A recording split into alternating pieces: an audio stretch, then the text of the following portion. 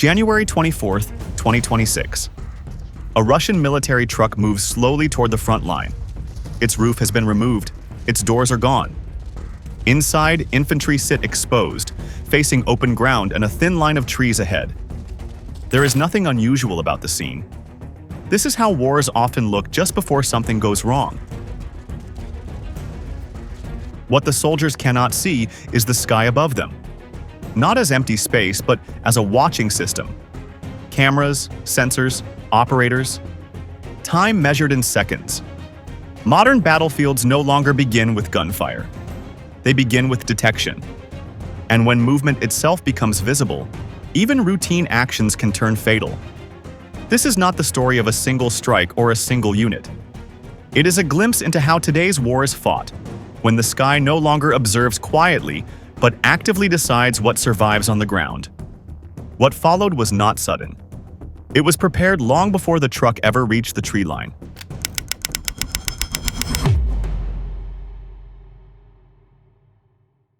The first sign that something was wrong came long before the strike itself, because the Russian unit was already moving in a way that reflected pressure rather than control. The truck carrying the infantry was not a standard armored transport, but a stripped-down military cargo vehicle with its roof and doors removed, a choice that pointed to speed, manpower strain, and limited protected mobility rather than tactical confidence. Such vehicles are used when units need to move troops quickly with what is available, often under time pressure, and when heavier armored options are either unavailable or already committed elsewhere along the front. To the soldiers inside, it likely felt like a routine forward movement, uncomfortable but familiar, the kind of transport many armies rely on when logistics are stretched thin. What had changed was not the truck, but the environment it was moving through. For decades, tree lines served as natural shields on the battlefield, offering visual cover, concealment from direct fire, and a sense of separation from open ground. Infantry doctrine across many armies treated forest edges as temporary safety zones where units could dismount, reorganize, and wait for the next order. In a battlefield shaped by drones, that assumption no longer holds. Tree lines do not block thermal signatures. They do not hide movement patterns from overhead cameras, and they do not protect against systems that watch patiently from kilometers away. What once felt like cover has become a predictable stop. Ukrainian UAV operators did not react suddenly when the truck appeared. Instead, they followed it as part of a longer observation process that focused on movement habits rather than single moments. The vehicle was tracked from above as it approached the forward area, with operators watching how it slowed, where it turned, and where it finally stopped. This kind of tracking is not about immediate destruction, but about understanding intent, because repeated behavior often reveals where soldiers believe they are safest. By the time the truck reached the forest edge, its destination was no surprise to those already watching from the air. The moment the infantry dismounted, the situation changed sharply. Soldiers spread out along the tree line, some moving toward cover, others pausing to orient themselves, a natural response after transport, but one that instantly increased their visibility. Each body created heat, each step created motion, and each pause defined a pattern that could be followed. Exposure did not begin with gunfire or explosions. It began with simple human movement in a space that was already under surveillance. From above, the unit did not look like individual soldiers reacting in real time, but like a set of moving signals entering a mapped zone. This is where the nature of risk has shifted in modern warfare. The danger was not that the soldiers lacked weapons or that they faced stronger firepower in that moment. The danger was that they could be seen clearly before they understood they were being watched. Visibility became the first vulnerability, not contact. Once detected, every subsequent decision happened under observation, and even correct tactical instincts, such as dispersing or seeking cover, worked against them by confirming their presence and location. The battlefield punished movement itself, not because it was reckless, but because it was visible. What stands out in this sequence is how ordinary it appears on the surface. There is no dramatic charge, no obvious mistake, and no reckless behavior that explains what followed. The soldiers did what countless units have done in similar terrain for generations, yet the context had shifted beneath them. The sky above was no longer empty or passive. It functioned as an active layer of control, turning routine deployment into exposure within seconds. In this environment, the act of arriving is often enough to trigger a chain of events that cannot be reversed. Once the unit was exposed, the fight did not unfold through chaos, but through a coordinated system already in motion. Once the Russian unit was exposed, the battlefield shifted from observation to execution because modern combat no longer relies on a single weapon acting alone. What followed was a closed kill chain, a process where detection, tracking, and strike happen as one continuous action rather than separate steps. In simple terms, one system finds the target, another confirms it, and a third delivers the blow, all within minutes. There is no long pause between these stages, and that speed is what makes the system so difficult to escape. Thermal surveillance played a central role in this process because it removed the last layer of concealment the soldiers believed they still had. Even without a clear visual line of sight, thermal sensors detected body heat against the cooler ground and vegetation, turning human presence into a visible signal from above.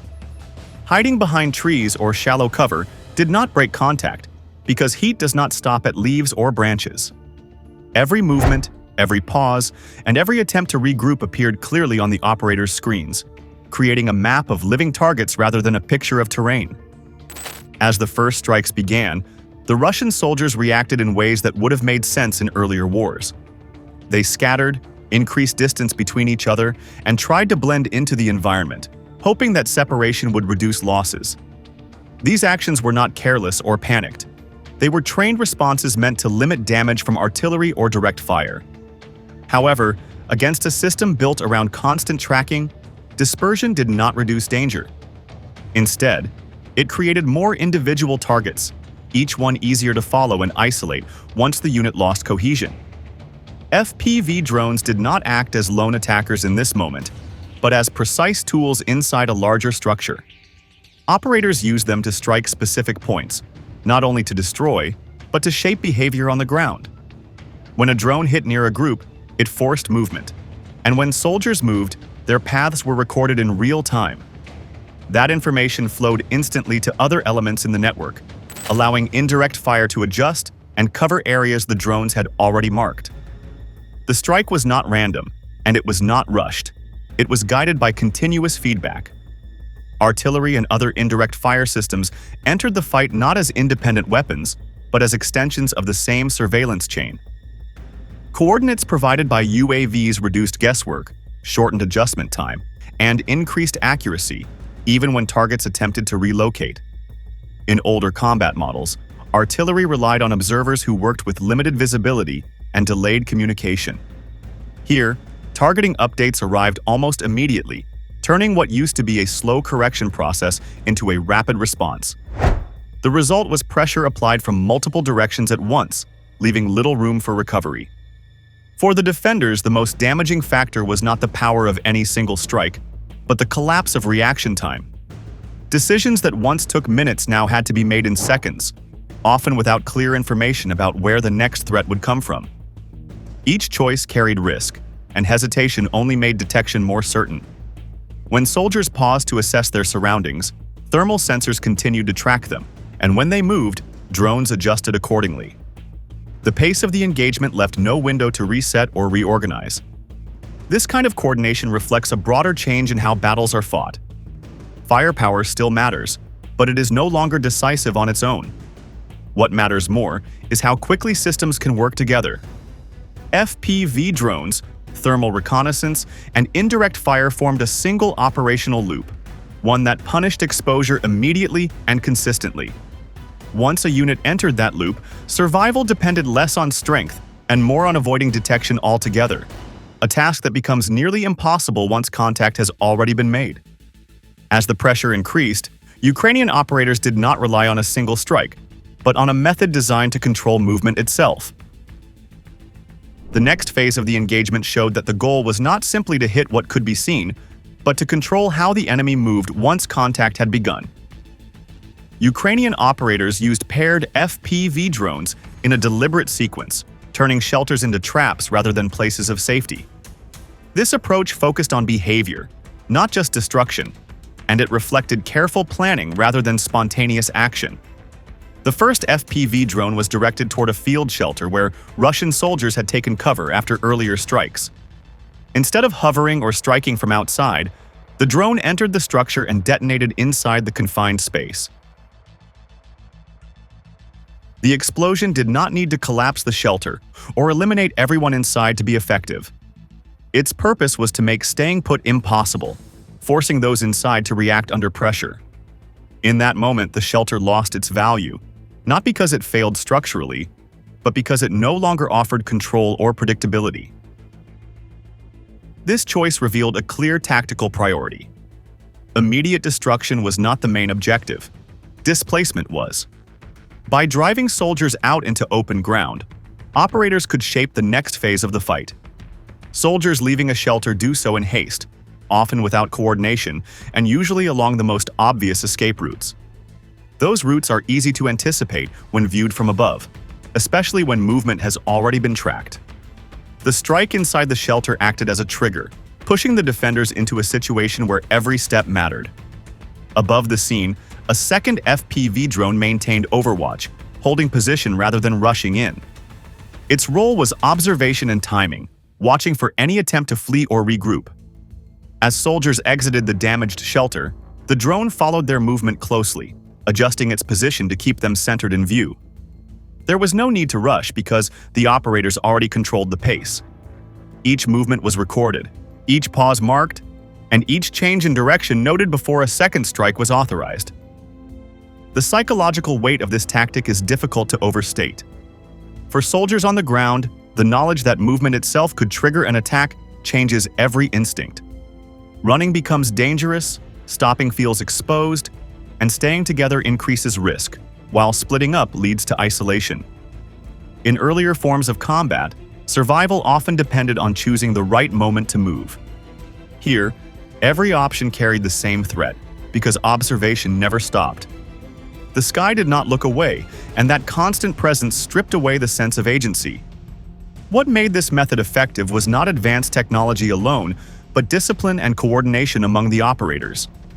Paired drones require planning, clear roles, and patience, especially under pressure.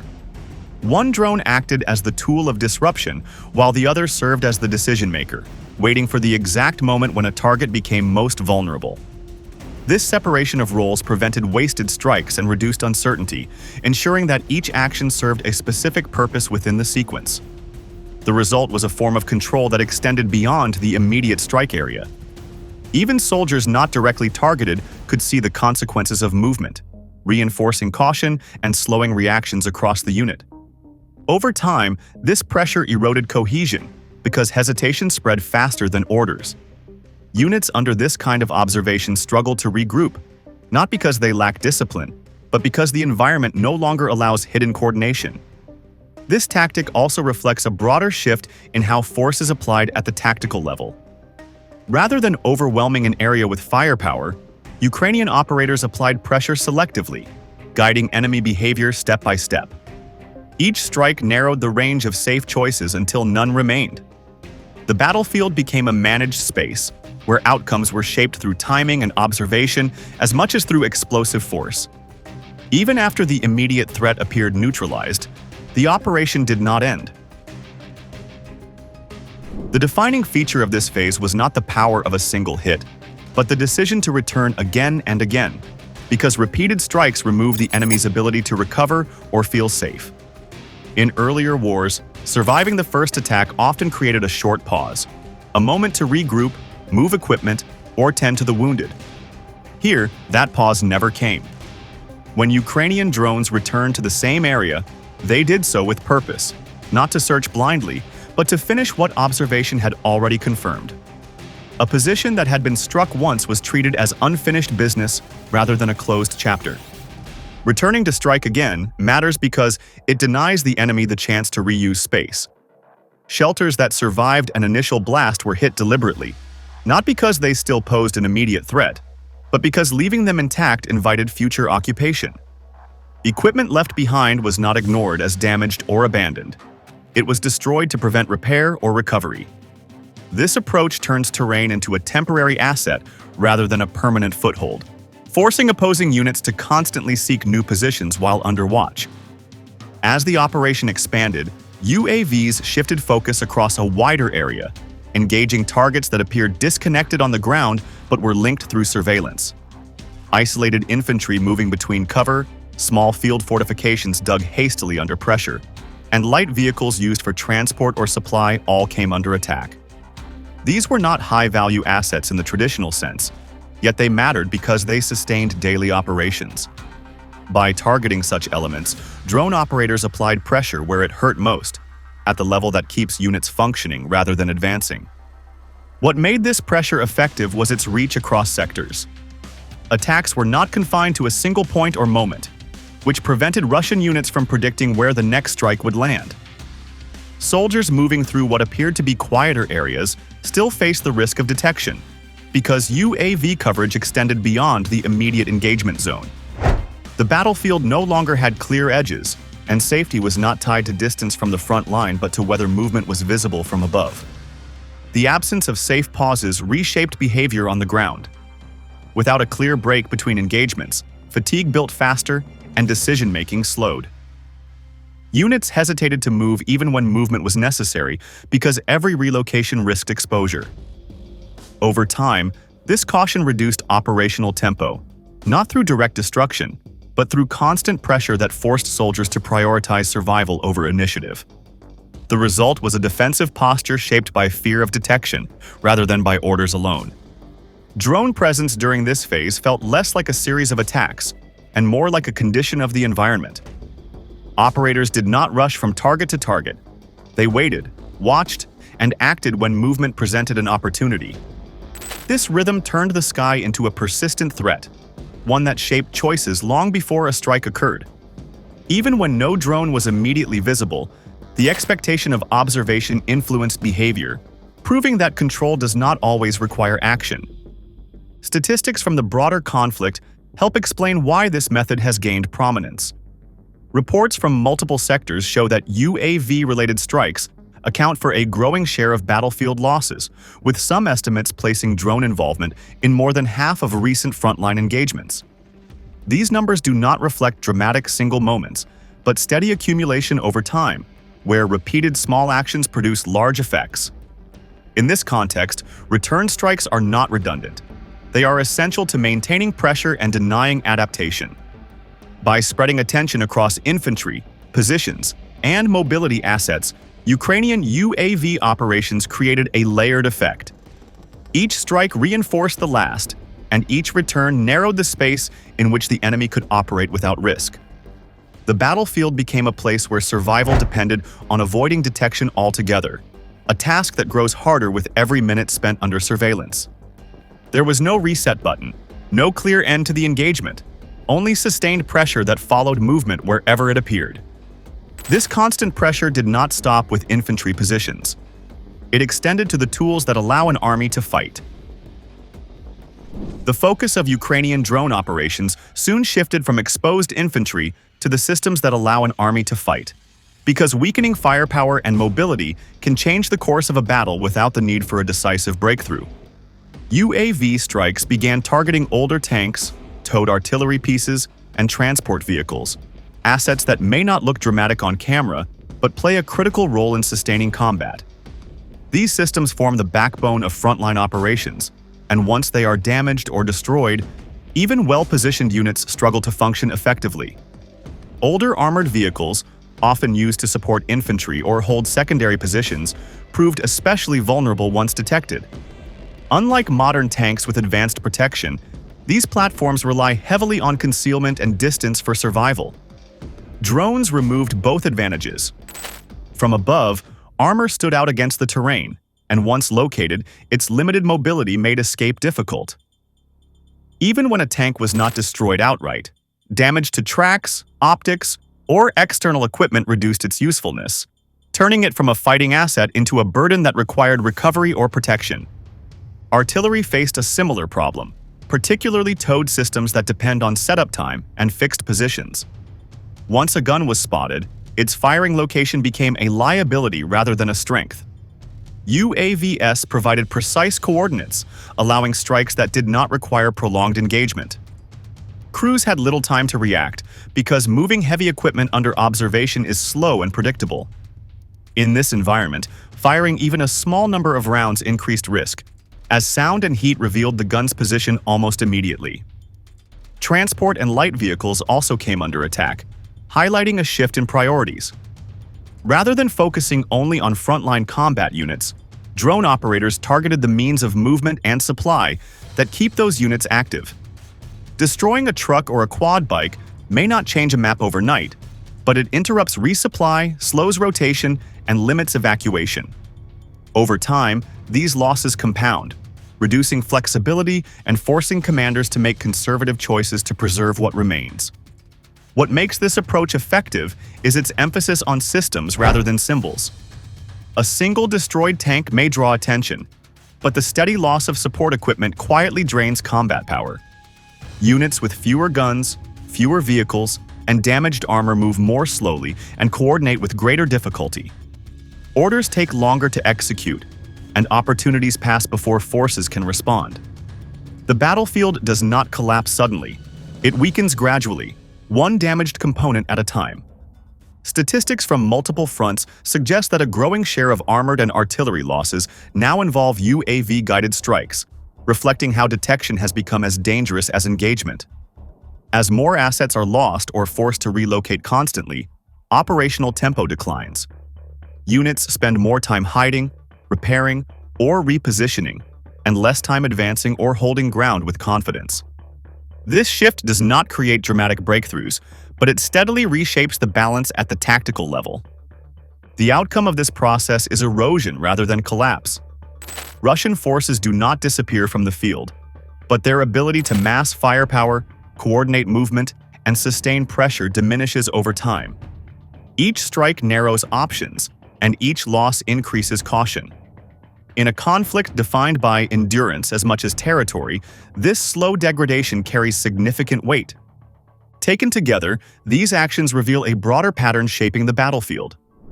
What this sequence shows, from the first detection to the final strikes, is how constant pressure from the air reshapes every part of the fight, forcing Russian units to spread out, pull back, or lose the ability to act with purpose. Movement becomes risky, defense turns temporary, and offense slows until momentum fades, not because of one decisive blow, but because control slips away minute by minute. Drones do not win wars by themselves, yet they redefine how wars are fought by stripping away initiative and breaking organization before orders can take effect. For Russian forces, this means reacting instead of deciding, surviving instead of advancing, and defending positions that no longer offer safety. The modern front is no longer drawn only on maps, but in the air above every step taken on the ground. The question now is simple.